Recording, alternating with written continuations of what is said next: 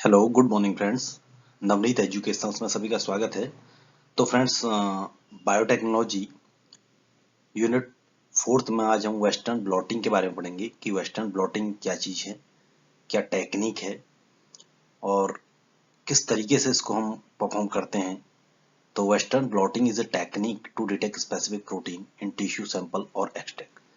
तो western blotting एक ऐसी टेक्निक है जिसमें हम क्या करते हैं फ्रेंड्स, प्रोटीन को डिटेक्ट करते हैं।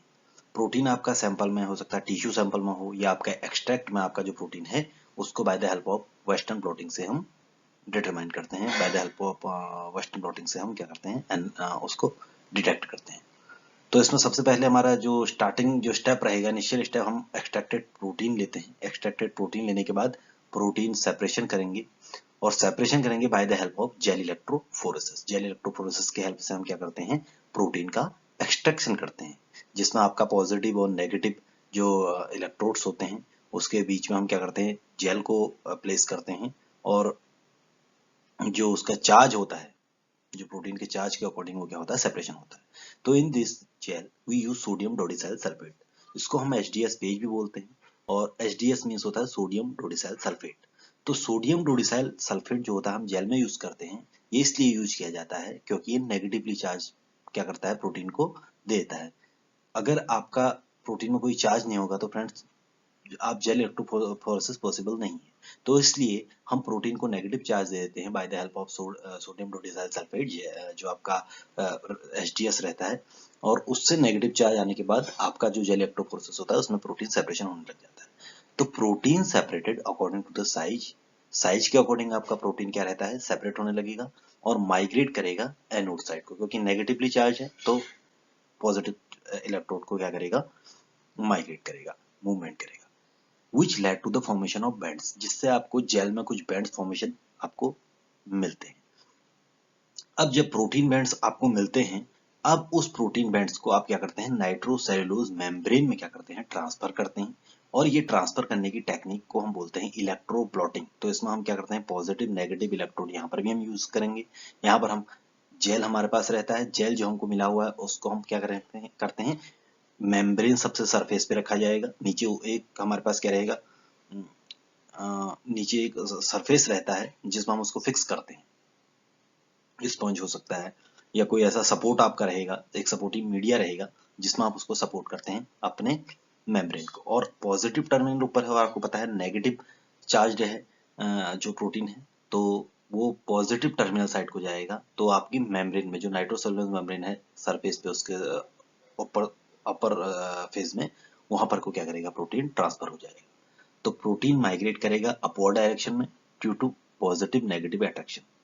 ठीक है फ्रेंड्स, तो पॉजिटिव साइड को जाएगा, मूवमेंट करेगा नेगेटिव पार्ट प्रोटीन का। तो इस तरीके से आपका वेस्टर्न ब्लॉटिंग टेक्निक हमारी होती है। अब प्रोटीन ऑब्टेन जो मिलेगा हमको मेम्ब्रेन में, जो फाइनलाइज जो हमको प्रोटीन मिलता है मेम्ब्रेन के बाद, जो हमको नाइट्रोसेल्यूलोज मेम्ब्रेन में जो जेल में था प्रोटीन, वो अब हमको किसमें मिल जाएगा, प्रोटीन नाइट्रोसेल्यूलोज मेम्ब्रेन में मिलेगा। अब नाइट्रोसेल्यूलोज मेम्ब्रेन में प्रोटीन मिलने के बाद ऐसा जरूरी नहीं है कि प्रोटीन प्रोटीन के बीच में सारे प्रोटीन ही हमको अवेलेबल है, प्रोटीन के बीच में कुछ गैप्स भी होते हैं। तो फ्रेंड्स, वो जो जो गैप्स फॉर्मेशन होता है, जो फ्री स्पेस होता है प्रोटीन के बीच में, तो उसको हम क्या करना, हमको ब्लॉक करना है। अगर हम ब्लॉक नहीं करते हैं तो कहीं ना कहीं हमको अनडिजायर्ड रिजल्ट मिलेगा, अनवांटेड जो चीजें हैं वहां पर क्या हो जाएंगी, ऑक्यूपाई हो जाएंगी। तो इसलिए हम क्या करते हैं, ब्लॉकिंग करते हैं। और ब्लॉकिंग करते हैं बीएसए, बोविन सीरम एल्बुमिन से हम क्या करते हैं, इसको ब्लॉकिंग करेंगे और जिससे कि आपका कोई फॉल्स रिजल्ट ना आए। फिर आगे बढ़ेंगे। ब्लॉकिंग करने के बाद का स्टेप रहेगा, अब हम उसमें प्राइमरी एंटीबॉडी क्या करेंगे, डालेंगे और इनक्यूबेट करेंगे। इनक्यूबेटर में उसको इनक्यूबेट करेंगे कुछ टाइम पीरियड के लिए। फिर उसके बाद उसको वॉश किया जाएगा। फिर एचआरपीओ कंजुगेट उसमें डाला जाएगा, एंटीबॉडी विद एचआरपीओ कंजुगेट उसके साथ डाला जाएगा। तो एचआरपी आपका सभी को पता है हमारे पास क्या है, एक तरीके से एंजाइम की तरह काम करता है। जैसे ही उसमें हम कोई क्रोमोजेनिक आपका सब्सटेंस उसमें डालेंगे, जो क्रोमोजेनिक इफेक्ट शो करता है, या आपका जो सबस्ट्रेट डालेंगे हम एचआरपी के साथ, जैसे ही हम सबस्ट्रेट उसमें डालेंगे तो एक क्रोमोजेनिक इफेक्ट शो हो जाएगा। और वो क्रोमोजेनिक इफेक्ट हम डिटेक्ट करेंगे by the help of X-ray. X-ray की हेल्प से हम उसको डिटेक्ट कर पाते हैं। फिर जैसे ही उसमें आपका सबस्ट्रेट बाइंड होगा तो आप मेम्ब्रेन को क्या करेंगे, फोटोग्राफिक फिल्म में रखेंगे और by the help of X-ray से हम क्या करते हैं, बैंड हमको शो हो जाएंगे। तो इस तरीके से आपका ब्लॉटिंग, जो आपका वेस्टर्न ब्लॉटिंग रहता है वो इस तरीके से कंप्लीट हो जाता है। अब बात करेंगे हम साउदर्न ब्लॉटिंग की। तो साउदर्न ब्लॉटिंग क्या है? साउदर्न ब्लॉटिंग एक ऐसी टेक्निक है जिसमें हम डीएनए और जीन जो रहता है हमारा जीन ऑफ इंटरेस्ट, उसको हम डिटेक्ट करते हैं। तो अगर बात करते हैं हम वेस्टर्न ब्लॉटिंग की, वेस्टर्न ब्लॉटिंग में हम प्रोटीन को डिटरमाइन करेंगे, और अगर हम बात करते हैं साउदर्न ब्लॉटिंग की, तो वहां पर हम क्या करते हैं, आपका जीन ऑफ इंटरेस्ट या डीएनए को हम डिटेक्ट करते हैं। तो सबसे पहले इसमें हम क्या लेंगे, सैंपल ले लेंगे जिसमें हमारे पास डीएनए है। अब डीएनए को हम डाइजेशन करेंगे by the help of restriction enzyme की हेल्प से, जो हमारे पास आपका एंडोन्यूक्लियसेस होते हैं उनकी हेल्प से हम क्या करते हैं, इसको डाइजेशन करेंगे। डाइजेशन करने के बाद जब ये कट हो जाएगा तो डीएनए को लोड कर देंगे, छोटे छोटे फ्रेगमेंट जो होंगे डीएनए के कट डाउन हो जाएंगे। उसके बाद हम उसको क्या करेंगे, लोड करेंगे जो हमारे पास हमने जेल फॉर्मेशन किया हुआ है। तो जेल फॉर्मेशन जो किया हुआ है उसको हम क्या करते हैं, हर एक पर्टिकुलर वेल, जिस तरीके से आप देख पा रहे हैं, जो पर्टिकुलर वेल में हमने क्या कर दिया, डीएनए को लोड कर दिया। तो DNA separation by agarose gel electrophoresis, agarose का आपका जेल फॉर्मेशन रहता है, और जेल इलेक्ट्रोफोरेसिस से आप क्या करते हैं, उसको सेपरेट करते हैं। तो अब हम क्या करते हैं, जब हमारा सेपरेशन हो जाता है तो माइल्ड अल्कली ट्रीटमेंट दिया जाता है। माइल्ड अल्कली ट्रीटमेंट देने के बाद हमारे पास जो डबल स्टैंड होता है वो सिंगल स्टैंड में कन्वर्ट हो जाता है। उसके बाद हम क्या करते हैं, उसको मेम्ब्रेन में ट्रांसफर करना है। अब हमारे पास फाइनलाइज जो है जेल में हमारे पास आपका डीएनए आ गया है। अब उसको जिस तरीके से हमने आपका वेस्टर्न ब्लॉटिंग में किया था उसी तरीके से उसको मेम्ब्रेन में हमें क्या करना है, ट्रांसफर करना है। तो बैंड को जैसे ही हम मेम्ब्रेन में ट्रांसफर कर देंगे तो इंक्यूबेट किया जाएगा उसको प्रोब के साथ। तो प्रोब क्या करता है, एक तरीके से कॉम्प्लीमेंट्री फॉर्म करेगा, कॉम्प्लीमेंट्री डीएनए है, तो जो आपका डीएनए है सिंगल स्ट्रैंड उसके साथ बाइंड हो जाएगा। और एक तरीके से हम क्या करते हैं, प्रोब्स में फ्लोरेसेंस इफेक्ट भी कई बार हम ऐड कर रहे थे, तो जिससे कि जब आप उसको डिटेक्ट करते हैं तो डीएनए इजीली आपका एक फ्लोरेसेंस इफेक्ट शो करेगा और आपको पता चल जाएगा, एक लाइट इमिटिंग इफेक्ट आएगा जिससे कि आपको चीजें जो है आपका डीएनए आपको पता चल जाएगा, आप डिटेक्ट कर लेंगे उसको। तो इस तरीके से आपका साउथ हो जाता है। अब बात करेंगे हम इस तरीके से यूकैरियोटिक प्रोकैरियोटिक जो ऑर्गेनाइजेशंस होता है, प्रोकैरियोटिक ऑर्गेनाइजेशन ऑफ आप जो जेनेटिक ऑर्गेनाइजेशन है, sorry, eukaryotics and prokaryotic cells का। तो यूकैरियोट्स एंड प्रोकैरियोट्स के बारे में पहले पता होना चाहिए हमको कि यूकैरियोट सेल्स क्या होते हैं, प्रोकैरियोट सेल्स क्या होते हैं। यूकैरियोट सेल्स की अगर बात करते हैं, जिन सेल्स में ट्रू न्यूक्लियस पाया जाता है, जिसमें प्रॉपर सेल ऑर्गेनेलिज न्यूक्लियस, आपका जो डीएनए मटेरियल, जो आपका जीन है वो आपका प्रॉपर वे में बाउंड रहता है न्यूक्लियस मेम्ब्रेन से, न्यूक्लियस के अंदर रहता है, और सारे ऑर्गेनेलिज उसमें पर्टिकुलरली क्या आते हैं, फिक्स रहते हैं स्पेसिफाइड पोजीशन पे। लेकिन अगर बात करते हैं प्रोकैरियोटिक्स में, प्रोकैरियोटिक सेल्स को बोलते हैं primitive type of nucleus, primitive type of nucleus बोला जाता है इसको। तो इसमें हमारे पास क्या रहता है, जो जीन होता है, जो वो क्या रहता है, पूरी तरीके से एक तरीके से रेंडमाइज्ड फॉर्म में रहता है सेल ऑर्गेनेलिज के साथ, साइटोप्लाज्म में। तो अगर हम इसमें डिफरेंस देखेंगे तो हमको इजीली क्लियर हो जा रहा है कि यहाँ पर हमारा न्यूक्लियस है, सेल ऑर्गेनेलिज हैं, लेकिन प्रोकैरियोटिक सेल्स में हमारे पास ये चीजें नहीं दिखाई दे रही हैं। तो प्रोकैरियोटिक सेल्स जैसे हमारे पास साइनोबैक्टीरिया का एग्जांपल है, और यूकैरियोटिक सेल में जैसे हमारे पास एनिमल्स के सेल्स जो रहते हैं वो सारे हमारे यूकैरियोटिक सेल्स होते हैं। तो ट्रू न्यूक्लियस होता है जिसमें वो आपके पास यूकैरियोटिक सेल होता है, और जिसमें ट्रू न्यूक्लियस प्रेजेंट नहीं होता है उसको हम प्रोकैरियोटिक सेल्स बोलते हैं। तो अब आगे बढ़ेंगे कि किस तरीके से इसका जेनेटिक ऑर्गेनाइजेशन हुआ है, कि किस तरीके से हमने जो सेल्स हैं उसमें जो जीन्स का एक अरेंजमेंट है वो किस तरीके से है।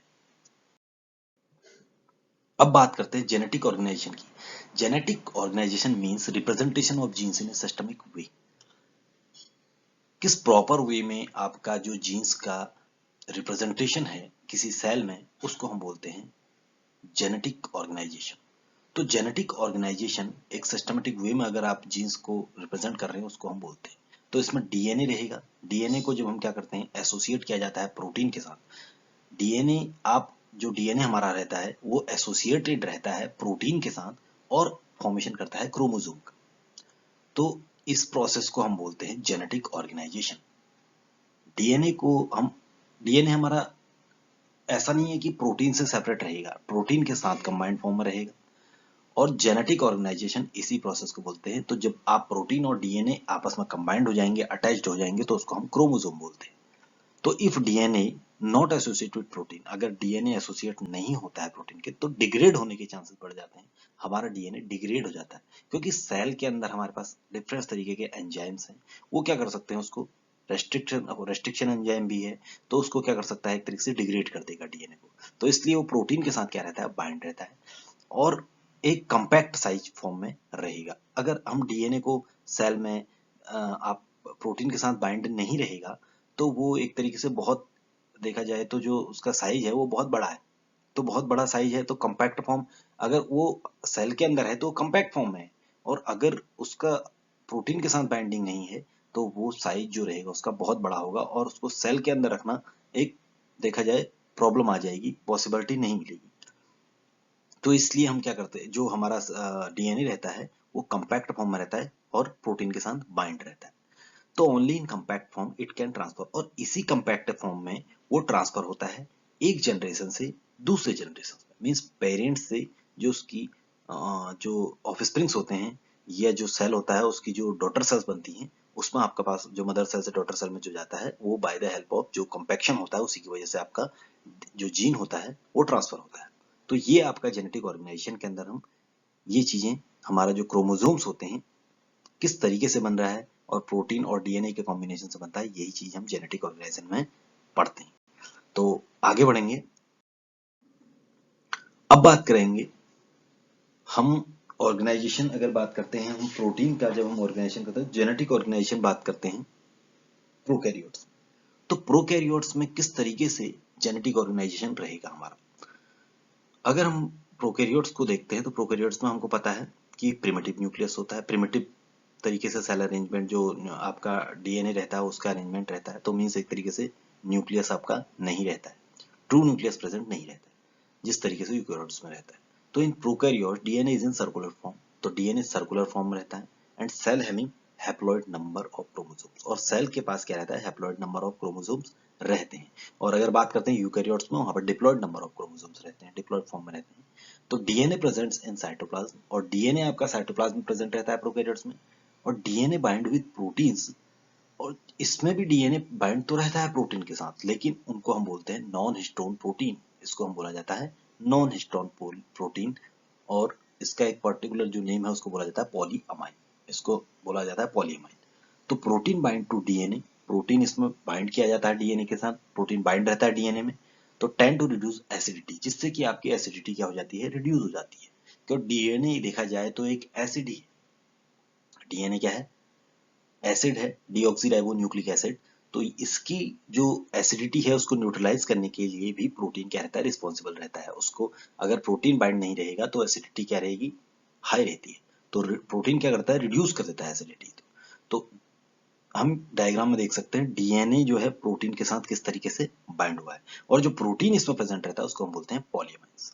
In prokaryotes replication occur very fast, और अगर बात करते हैं प्रोकैरियोट्स की तो रेप्लिकेशन बहुत फास्ट होता है as bacterial division occur rapidly, जैसे बैक्टीरियल डिवीजन आप देखते हैं, जो बैक्टीरियल डिवीजन रहता है वो क्या रहता है, रैपिडली रहता है, फास्ट रहता है। तो ये हमारा प्रोसेस रहता है जेनेटिक ऑर्गेनाइजेशन इन प्रोकैरियोट्स। अब बात करते हैं जेनेटिक ऑर्गेनाइजेशन ऑफ यूकैरियोट्स, तो यूकैरियोट्स में किस तरीके से जेनेटिक ऑर्गेनाइजेशन रहता है। Eukaryote contain diploid chromosome, eukaryotes diploid chromosomes contain करता है, और DNA is in linear form, और यहाँ पर जो आपको डीएनए मिलेगा, जो डीएनए यहाँ पर मिलेगा आपको वो क्या मिलता है, लीनियर फॉर्म में मिलता है। तो बट लेकिन अब बात करेंगे हम स्पर्म सेल्स की और एग सेल्स में, हमारे पास जो क्रोमोसोम हैप्लॉइड फॉर्म में रहता है।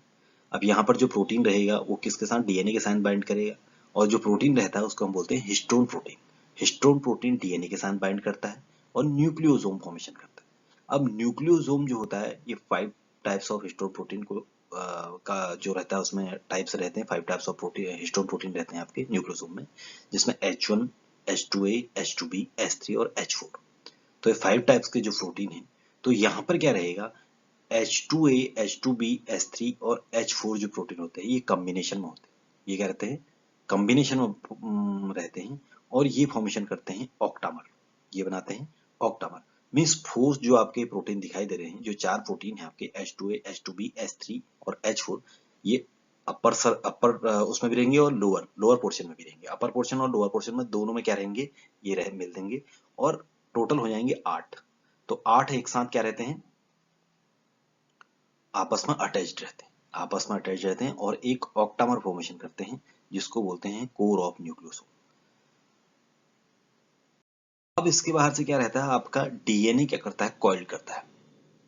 प्रोटीन के बाहर से डीएनए की कॉइलिंग होती है। ऑक्टामर है, ऑक्टामर के बाहर से डीएनए, जो ब्लू कलर में आप देख सकते हो, डीएनए की कॉइलिंग हुई है। तो एक ऑक्टामर से बाहर से कॉइलिंग हुई, फिर दूसरा ऑक्टोमर आ जाएगा, उसमें भी कॉइलिंग हुई। अब ऐसा तो नहीं है कि बीच में से डीएनए टूट जाएगा, वही डीएनए क्या करेगा, आगे को बढ़ जाएगा और ऑक्टामर के साथ कॉइलिंग करेगा। तो बीच में जो आपका जो सिंगल डीएनए आपको मिलेगा, वो पोर्शन आपका, वहां पर आपका H1 जो रहता है प्रोटीन मिलेगा आपको। तो H1 is between in this, यहाँ पर आपका H1 रहता है विच इज कॉल्ड मार्कर और प्लगिंग प्रोटीन, जिसको हम मार्कर और प्लगिंग प्रोटीन भी बोलते हैं। और जो ये आपकी कॉइलिंग रहती है डीएनए में, इसको हम बोलते हैं टॉरॉइड कॉइलिंग।